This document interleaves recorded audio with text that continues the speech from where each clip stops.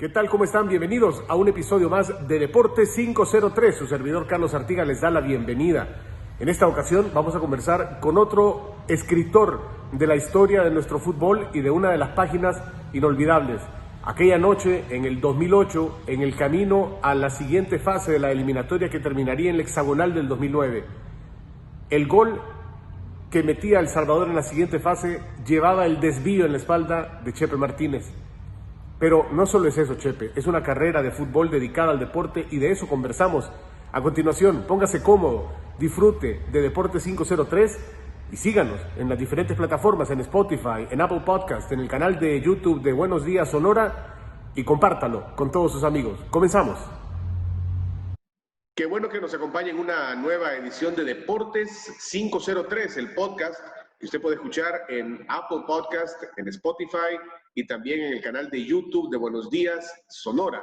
Ahí nos encuentra en Deportes 503, que lo hacemos, lo grabamos y estas sesiones las tenemos desde las instalaciones de Karaoke 4020, ubicado en la colonia Escalón, atrás del redondel Luceiro, en la avenida República Federal de Alemania, abierto de lunes a sábado desde las 6 de la tarde, para que usted, después de la oficina, después del trabajo, venga a pasar un momento agradable con sus amigos, con su familia, con su pareja, en un ambiente seguro, en un ambiente sano y en un ambiente donde se están tomando todas las medidas de bioseguridad y de desinfección. Nuestro invitado en esta ocasión es un referente del fútbol nacional, lo fue en los últimos años de equipos como el Alianza y de selección nacional. En la última hexagonal, en el recorrido, al menos a la última hexagonal que todos recordamos. Estamos hablando de Chepe Martínez y me da mucho gusto dar la bienvenida a Deportes 503. Chepe, ¿cómo estás? Bienvenido. Carlos, gracias de estar aquí, este pequeño diálogo y que pues siempre el fútbol nos mantiene unidos a pesar de la distancia y todo lo que se ha pasado en estos meses atrás, pero seguimos con el entusiasmo de querer compartir con todos este bello deporte como es el fútbol. Chepe, te mantenés activo, ¿no? Relacionado al fútbol, vinculado al fútbol. Contanos, comencemos esta conversación por el presente. ¿Cuál es el presente de Chepe Martínez ahorita? Sí, mantengo físicamente hablando, es decir, recuerda que mi profesión se trata, pues o me desenvuelvo siempre en el área deportiva. Estoy trabajando con muchas personas que hacen actividad física por su salud. Hablemos de personas que realizan actividades al aire libre, como el ciclismo, como que es el runner, ejercicios funcionales. En esta oportunidad estamos atendiendo niños, estamos atendiendo jóvenes, adultos, gente que ha tenido un problema post-COVID, que necesita rehabilitar a nivel cardiovascular o a nivel cardiorrespiratorio o tonificación muscular, porque atrofiaron muchos músculos en el periodo de hospitalización. Entonces, ahí estamos en esa área activo y pues siempre con la Fundación de Fútbol, ¿verdad? También aportándole en grupos pequeños, obviamente, por el tema de la bioseguridad, pero tenemos un grupo de 10 niños, dado continuidad en tan difícil de la pandemia. Obviamente, relacionado al fútbol profesional, de forma directa no lo estoy porque no estoy ejerciendo con ningún cargo, con ningún equipo. Sin embargo, pues de alguna forma siempre estoy intentando ayudarle a todos aquellos que requieren de mi aporte a nivel físico, ya que en la pandemia no podían estar entrenando, lo hacíamos vía Zoom, vía WhatsApp, proporcionando algunos tipos de ejercicios que les podrían mantener en forma desde casa.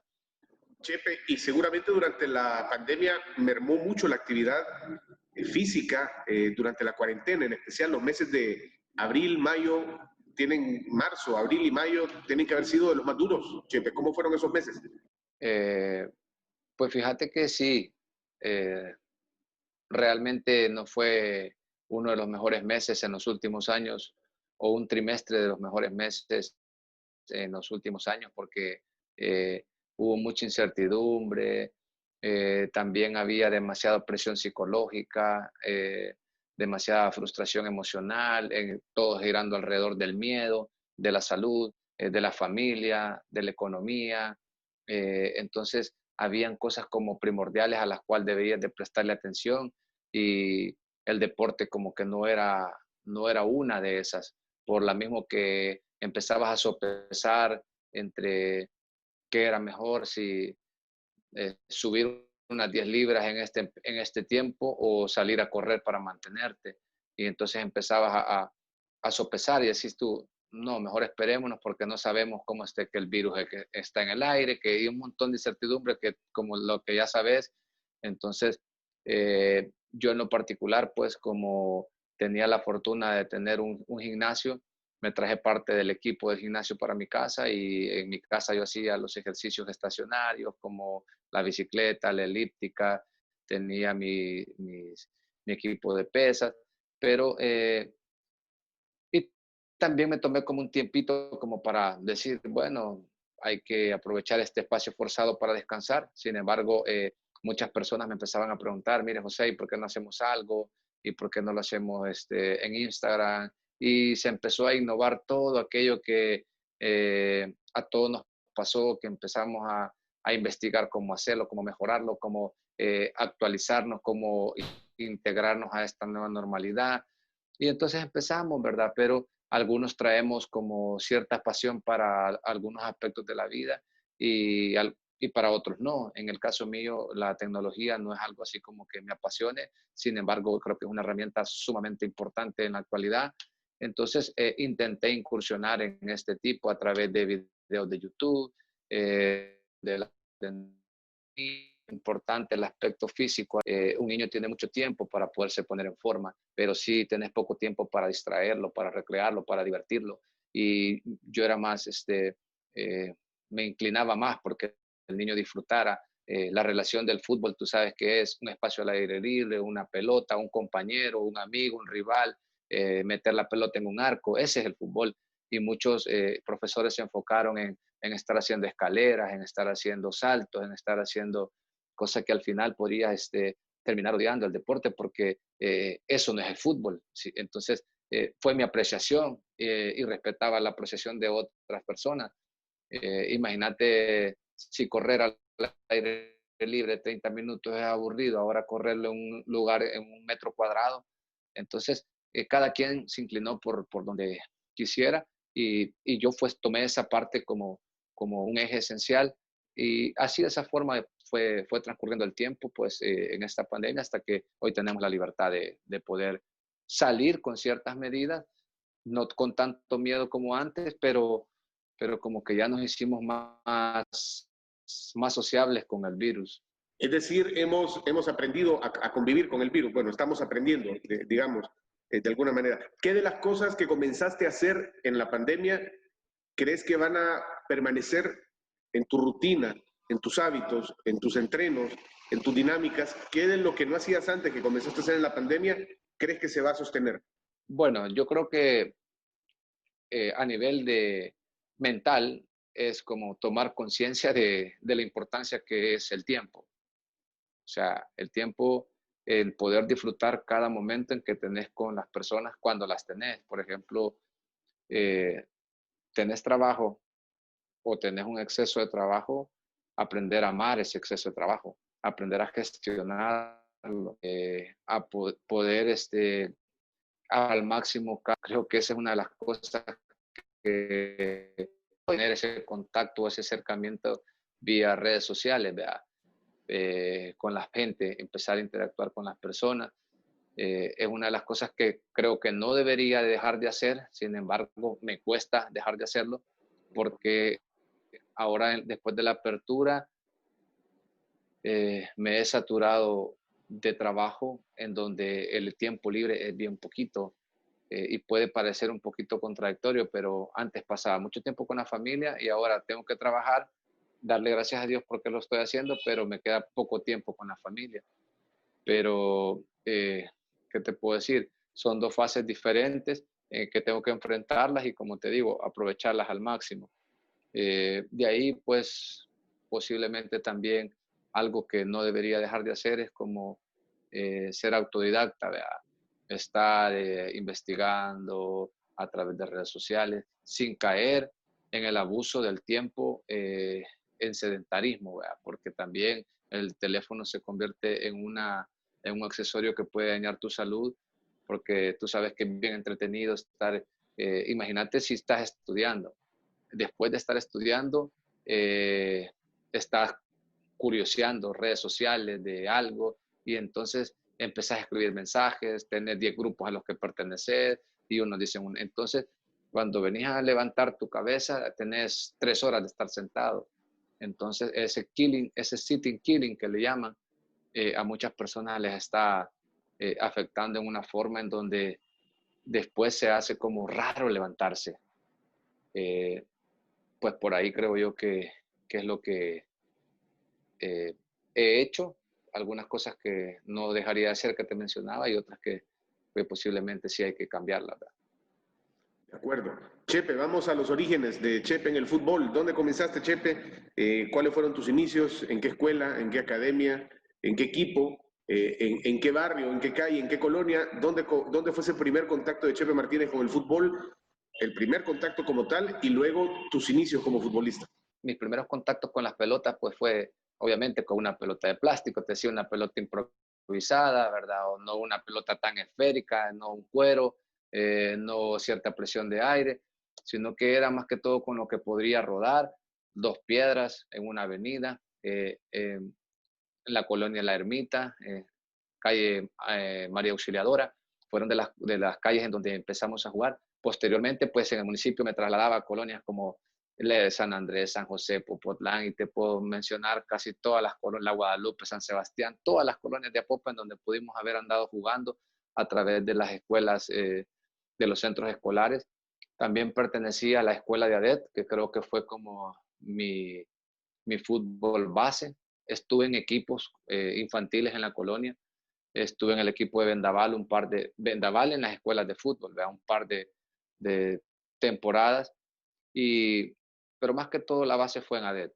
En ADET de ahí pues participé en los juegos estudiantiles, participé en los juegos del Codicader, representando al Instituto Nacional de Apopa, y pues yo creo que ahí fue el gran paso, ese salto de dejar ya toda la etapa formativa del fútbol y el haber jugado las finales en el Mágico González, en aquel tiempo Flor Blanca, nos permitía, acordate que ahí en el Mágico están las oficinas de AEFES y habían entrenadores viendo los juegos y empezaron a seleccionar cierto grupo de jugadores interesantes, en el cual pues fui seleccionado por algunos profesores y de ahí empecé a jugar en Atlético Marte ya en primera división.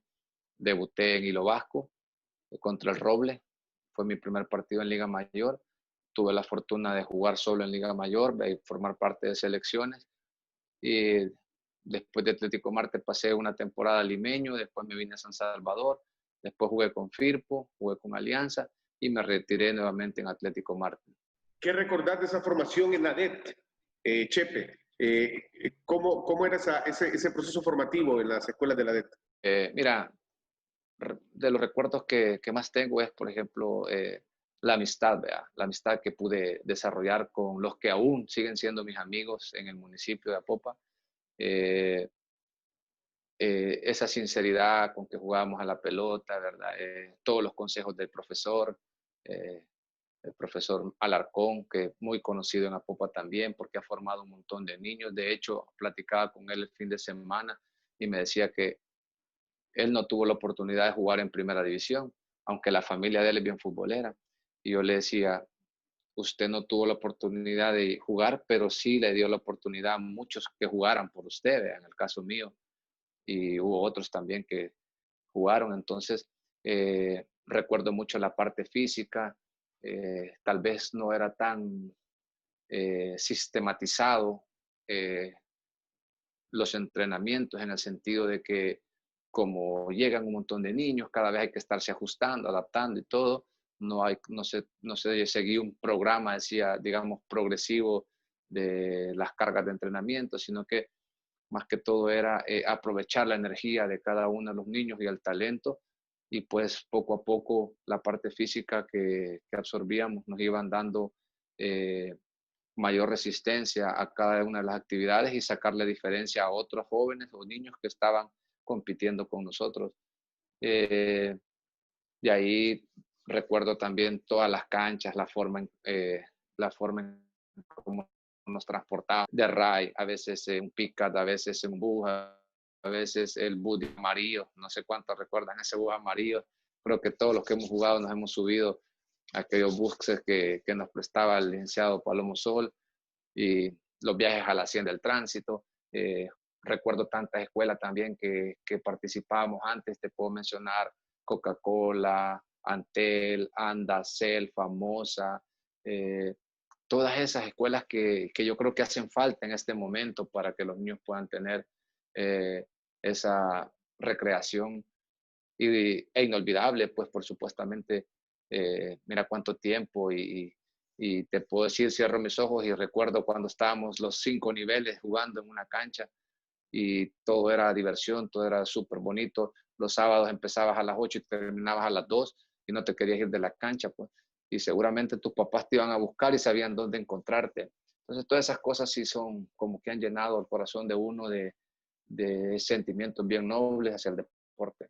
Fíjate que en la última edición de Deportes 503 platicamos con Eric Dawson Prado y Eric nos decía que él también tiene recuerdos, él jugó en ADET, de hecho, en las inferiores, y nos comentaba mucho del trabajo de don Héctor Palomo Sol como dirigente y de cómo esto lo formó a él y cómo hacen falta en este tiempo dirigentes como él, con su visión.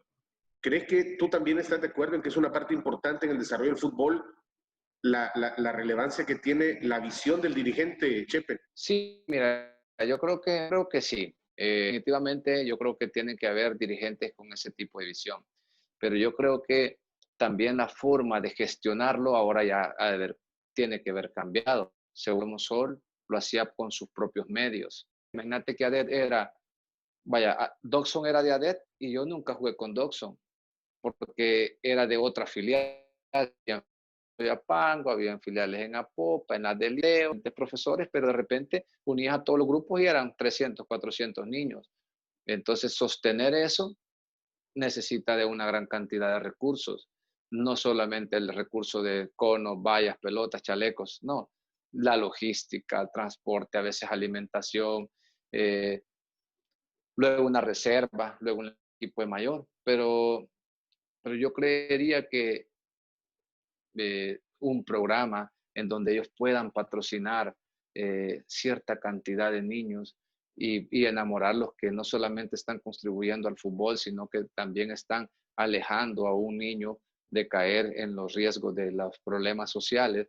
Y si tenés una empresa comprometida con sus valores bien definidos, yo creo que podrían, podrían ayudar y empezar a entusiasmar al resto, a incursionarte en una actividad sana y de esa forma tal vez no le toque el esfuerzo a una sola empresa, sino que a 3 o 4 se dividen la responsabilidad económica y pues de esa forma pensaría yo que nos podemos ir quitando aquello que el fútbol es muy desorganizado, que el fútbol lo ocupan para otros fines, que el fútbol y el fútbol y el fútbol. Al final todos hablamos, pues es algo que nunca va a morir porque es algo que nos apasiona, lo querramos o no. Entonces solo falta que hay que participar en él, vea, y apoyarlo, vea. Igual si las empresas quisieran gestionarlo de su forma y decir, vaya, yo lo voy a poner, pero yo lo quiero manejar y solo quiero que me colabores, también es válido porque al final los que nos gusta el fútbol lo estamos haciendo por devolverle algo de lo mucho que nos dio a nosotros. ¿Qué es entonces lo que hace falta, Chepe, en tu visión, para que el fútbol, y voy a usar este término, vuelva a florecer en El Salvador, para que tengamos esta generación nuevamente o generaciones, otras generaciones como la que tuviste tú, como la que tuvo Dawson, por ejemplo, como la que tuvieron futbolistas antes, que parece que se vienen no perdiendo, pero ya no se dan tanto, Chepe, no sé si estés de acuerdo. ¿Qué haría falta para que eso renazca? Vaya, a lo mejor te voy a poner una analogía de la realidad de lo que estamos viviendo ahora y de lo del fútbol. Con el COVID-19. Todos queremos que ya no haya. Sin embargo, la vacuna no ha llegado y nos seguimos infectando a mucha gente. Pero ¿a qué nos han enseñado? A distanciamiento social, a lavarnos las manos continuamente, a no tocarnos el rostro, ¿verdad? Entonces, ¿qué te quiero decir? que mientras no llegue la cura, no llegue la vacuna, tenemos que aprender a hacer estas actividades que te menciono. Entonces, el fútbol es igual. Si no queremos que se acabe, no podemos nosotros solamente estar yendo los domingos a ver fútbol, porque tú ves que cada vez hay menos jugadores, o sea, menos jugadores talentosos, podría decirte, porque la cantidad, de alguna manera, tenés que cumplirla, rellenan los equipos y lo inscribiste. Pero el espectáculo que vos ves no es el espectáculo que veías hace 10 años. Entonces, el entusiasmo de la afición sí va a llegar a un límite, están contagiando a sus hijos y tal vez posiblemente 10 a 15 años. Tú le preguntas por un jugador, no sabe. Le decís, ¿te acordás de Cienfuegos? No lo conoce. ¿Te acordás de Ronald Cerritos? No lo conoce. Del Zarco de Raúl. Entonces no los conocen. ¿Por qué? Porque o sea, no tienen esa pasión por el deporte, porque tienen una pasión por videojuegos, porque no es atractivo para ellos entrenar, porque los papás les han dicho que es peligroso salir de la colonia, les han dicho que no pueden salir a jugar a otro lado. Entonces, si tú para jugar necesitas competencia, necesitas resistencia de otro grupo, pero no la tenés porque no puedes salir, entonces, ¿cuál es tu reto? ¿Cuál es tu entusiasmo de jugar fútbol? Y cuando nosotros lo hacíamos, nos andábamos midiendo con cualquier colonia, no digamos si viajábamos a Soyapango, a San Bartolo, Ciudad Delgado, Mexicanos, Sacamil. Si tú haces una remembranza y hablas de la Sacamil, ¿cuántos jugadores no conocemos que salieron de la Sacamil? Un montón, pero ahora a mí me decís tú que vaya a jugar o lleve a jugar a un grupo de niños a otro lado, las personas no tienen la misma confianza. Entonces, el fútbol poco a poco, siento yo, que es como que lo tengamos ahorita en cuidados intensivos, pues. Entonces, ahí está, vos sabes que ahí está, pero no te da gusto verlo. O sea, desde el punto de vista aficionado, por supuesto a mí me da gusto verlo porque es fútbol, porque me ilusiono de ir al estadio y decir que va a ser individualmente un jugador o qué tan fuerte le va a rematar al arco. Yo recuerdo, o no sé si tú te acordás también cuando Carlanga Rivera tapaba y agarraba una pelota y daba una vuelta de gato y tiraba hacía el saque de mano, o decir, un espectáculo, pues. O, o veías a De Moura o Toro o al Pitufo Pacheco pegarle los penales que no fallaba y tiros libres. Pero ahora vas y vos decís, es bien, con suerte salís como teníamos a Dagua, a Juanjo, a Pablo, al Mudo, ya te dije 4, ¿verdad? Y de los 4 cualquiera podría jugar y no habría problema. Pero ahora decís vos, ¿y de dónde es el portero? ¿Y a dónde se formó? ¿Y de cuál escuelita salió? No, fíjate de que va a ser más difícil encontrar si las escuelas de fútbol, si las academias de fútbol no le dedican el tiempo. Yo veo muchas academias, Carlos, y pues no quiero entrar, digamos, a criticar ni nada, pero ¿tú qué crees que puede aprender una academia de fútbol que solo se ve en los sábados, de sábado a sábado? ¿Qué puede enseñar? Físicamente, ¿qué habrá adquirido un jugador de 12 años? Técnicamente, ¿qué habrá adquirido? Tácticamente, ¿qué habrá adquirido? Y te venden la idea que te tenés que entrenar como profesionales. O sea, una academia que entrene cada 8 días y que te diga que se va a entrenar como profesional es completamente falso. Es completamente falso. Lo siento, porque si Guardiola decía que para que un jugador sea profesional tiene que entrenar alrededor de 4 o 6 horas diarias, o sea, que cuando le tiras una pelota sí sabe qué hacer, pues. La controlan con qué facilidad y por eso admiramos el fútbol internacional, porque le tiras una pelota y ves controles orientados, ves pases de primera vez, híjole. Entonces, no sé si México con ICRE necesitamos, obviamente, si vos querés tener un profesor durante una jornada para dedicarle tiempo a los niños, obviamente ese profesor tiene que estar bien pagado, ¿verdad? Entonces, si no sale el dinero de prácticamente los niños, ¿quién tiene que adquirir ese compromiso? Mencionaba nuevamente la empresa privada que podría tener cierta deducción a nivel, digamos, de recaudación de impuestos para que pueda generar este aporte. Pienso yo, pues, que puede ser una posible solución. con una mejor estructura, obviamente, pues solo es una idea así de forma general que se debe profundizar y analizar, por supuesto. Chepe, cómo fue tu llegada? Buena reflexión la que haces, de hecho, bien orientada en el tema del desarrollo y de la formación de los chicos y de cómo antes la situación de seguridad también ha minado en el país el desarrollo del fútbol. Eh, Ahora contanos de tu llegada a selección nacional, Chepe. ¿Cómo fue, cuándo fue tu primera experiencia con selección o en qué procesos de selecciones estuviste? Fíjate que yo creo que tuve una gran bendición porque, como te mencionaba, así como llegué a primera división de una sola vez, era inscrito con en primera división como un torneo medio por cuestiones de que por consagrado y pues te tienen que volver a ubicar y me tocó a mí vivir esa parte, ¿verdad? Pero en selecciones, como yo ya jugaba en primera división en Atlético Marte y jugaba, primero obviamente entré por el requisito que era de un tiempo, pero ese mismo requisito me dio la continuidad de jugar casi todos los partidos y entonces ya casi jugaba los partidos completos. Entonces era un juvenil que me consideraba bastante rápido, un poquito fuerte y llamó la atención del entrenador Oscar Benítez. En ese momento era el entrenador de la selección mayor y tomó bien convocarme a entrenar a la selección mayor. Llegamos y habíamos como 30 y cada fin de semana había un buscar para el siguiente lunes.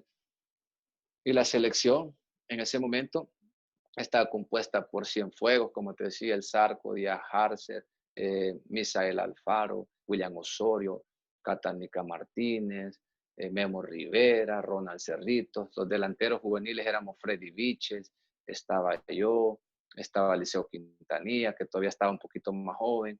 Eh, entonces, para mí era un gran equipo. O sea, éramos novatos ahí con algunos y pues no se veía tampoco dónde podíamos hacer banquear a un jugador. Imagínate que los delanteros, Ronald Cerritos, Raúl Díaz Arce, Freddy Vicha, la chilena Monte, a dónde podíamos entrar. Sin embargo, pues el profe nos convocó y gracias a Dios el trabajo, o sea, jovencitos corríamos más que cualquiera. Eso pues le fue dando, convenciendo al profe que teníamos muchas ganas. Y de esa forma fue que nos mantuvimos en todo ese proceso. Y obviamente, pues, si era un seleccionado mayor con 20 años, entonces me hizo participar en la sub-21, en la sub-23. Y ahí me quedé en la mayoría de procesos con varios entrenadores internacionales, con los últimos con el profe de Los Cobos, a la que Paz de Oro. Eh, Muy contento con toda la experiencia que tuve. Y me retiré joven, me retiré a los 32 años. Imagínate, todavía jugué con Nicolás Muñoz, que ahí anda metiendo goles todavía. Y De selección nacional, Chepe, se te recuerda y se te relaciona a ti muchísimo con aquel gol a Panamá. Contanos, estando en la cancha, estamos hablando del 3-1, ¿verdad? ¿Cómo fue esa experiencia? ¿Qué momento del partido se vivía? ¿Cuánto faltaba? ¿Dónde te estabas moviendo vos en la cancha? ¿Viste que venía el disparo? Contanos, relatanos tú que fuiste protagonista de ese momento tan cerca. pues fíjate que definitivamente sí creo que es una acción que todo el aficionado salvadoreño recuerda. Incluso yo había quedado preso en esa acción también. Me había ahí enfrascado en esa relación, en esa acción. Pero fíjate que yo estaba suplente y todo ese tormentón que cayó, vea. Y obviamente lo peor que nos podía pasar es que nos empezaran ganando y así fue. Entonces terminó el primer tiempo y en el segundo tiempo el profe tenía que hacer cambios. Y me acuerdo que me dice, mira, entra, vas a entrar, me dice, y lo que quiero yo es que inventes algo en donde la afición se ponga, se contagie, me dice, de algo, de alguna emoción, para que nos vuelva a alentar. Y entonces, imagínate el compromiso, pues, ¿qué podía hacer yo? ¿Una chilena o qué? O sea, no era algo tan fácil. Entonces, a mí se me ocurrió como que buscar al más representativo de Panamá o el más grande, y como estaba mojado, irle a pegar un buen socón, como dicen, vea, y que la gente vea nuevamente ese Cuscatleco, que siempre hablábamos, y así fue. Después hay otra pelota que creo que el mismo Cheyo se la tira a Umaña y penalmente, pues ya la gente cantando con la rastra, Pacheco, y la empezaron a rotar hacia el lado derecho, que era el de Luis, y yo estaba como por un volante por derecha, arriba de Luis Anaya, y ahí teníamos nosotros a un zurdo que había venido creo que para el Águila, que ya lo conocíamos, un panameño, y había quedado un poquito de espacio, y cuando yo veo que Luis empieza a encarar, yo me desmarqué para hacerle una pared y dejarlo más cerca del área para que rematara, porque él venía de frente. Pero él, cuando, cuando hace el recorte y ve que yo me ofrezco, decide pegarle enfrente de mí. O sea, yo prácticamente era una marca más para él. Y veo que hace la pierna para atrás, y ya cuando tú ya extendes la pierna ya no la vas a frenar, pues entonces ya el gesto ya no es de un pase. Entonces yo reacciono por inercia, ¿verdad? De quitarme el golpe, y la pelota me pasa dando casi que imperceptible, pues yo no sentí, solo escuché el grito. Es más, cuando me terminó de dar vuelta ya la gente estaba gritando. Y era una locura, o sea, Juan José Gómez saltaba ya en la meta, nos abrazábamos y todo lo que te puedas imaginar, voy a empezar a perder tiempo y yo creo que algunos llorando ya en el campo. Sí, fue una alegría que 2008 creo que fue, pero no, yo como jugador en ese momento todavía no, como estaba en, mi atención estaba en que era como mi labor, mi trabajo, mi misión, ganar el juego. Entonces todavía no lo interpretaba como la afición lo interpretaba, pero no dimensionaba de ronda.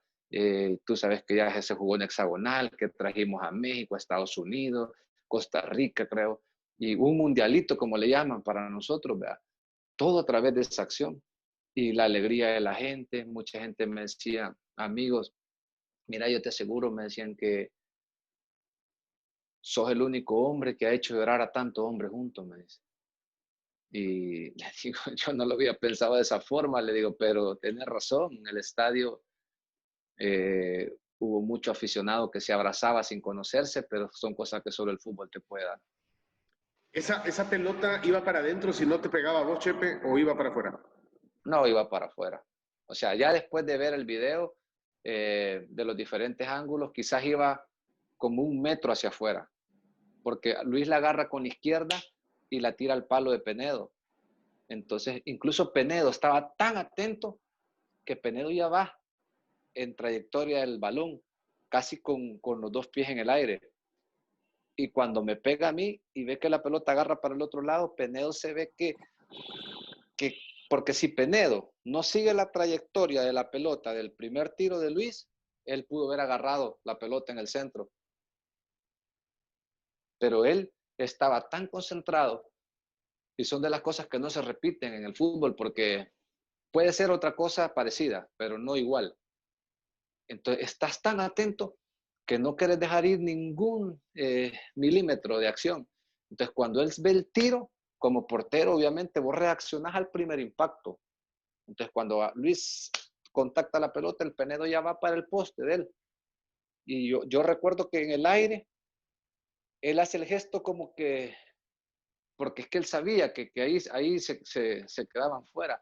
Y se ve como que quiere regresarse, pero ya no tenía contacto con ninguna superficie para poder y salir al lado contrario. Entonces la pelota, o sea, Penedo se movió para dejar solo su marco. No sabía que el rebote iba a cambiar la trayectoria de la pelota. Si no te da vos, esa pelota no va para adentro. El desvío fue No, clave. no, no. El desvío fue clave para el gol, Chepe. No, esa pelota no entraba. Primero no entraba. Segundo, no sé si Penedo la pudo haber sacado a córner, no sé si llegaba. Tampoco te digo que si yo no me agacho, me pega y sale a la banda. Si me agacho más, no me pega.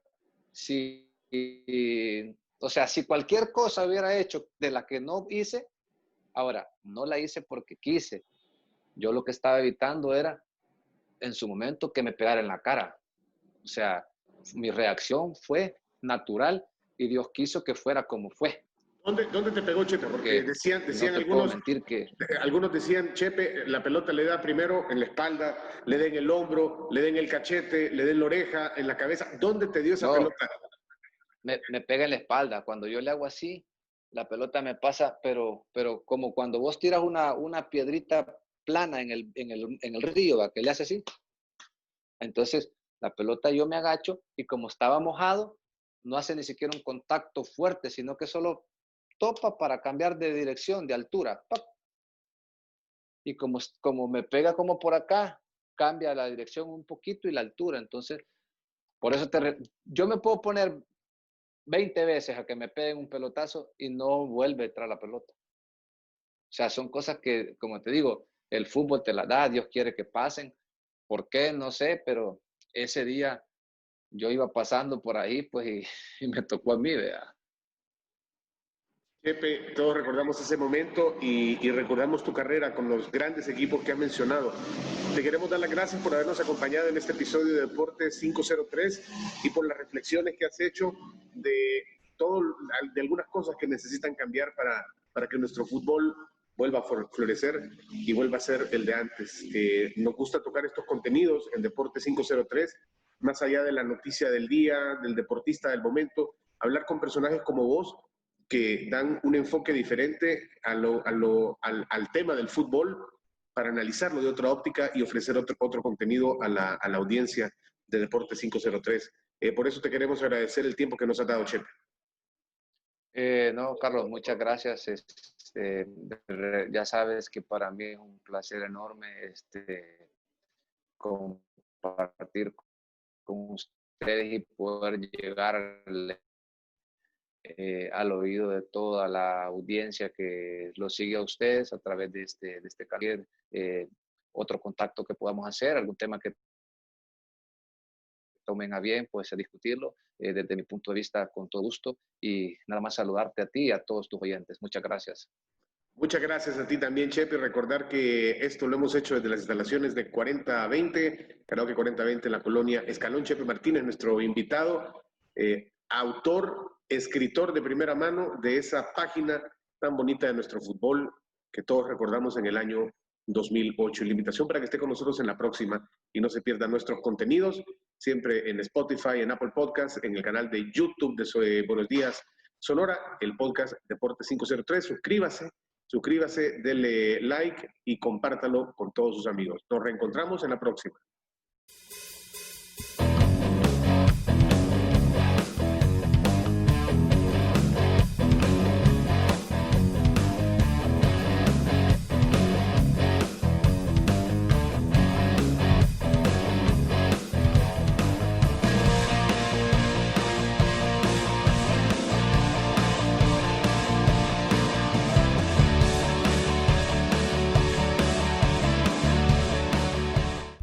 Grandes recuerdos de esa noche mágica en el Estadio Cuscatlán y la carrera de Chepe Martínez también, un protagonista de nuestro fútbol y que ha dejado una generación también de enseñanza con los jóvenes que ahora reciben sus indicaciones y sus instrucciones en la parte formativa del fútbol, en la parte formativa también de la educación física, que es a lo que nos comentaba también está dedicándose. Así despedimos este episodio de Deportes 503, la invitación para que estés con nosotros en la próxima, para que nos sigas en las diferentes plataformas, en Apple Podcast, en Spotify y en el canal de Buenos Días Sonora en YouTube. Dale like, compartir, seguir y compartirlo con tus amigos, el contenido, y nos vemos en la próxima, en el próximo episodio de Deportes 503.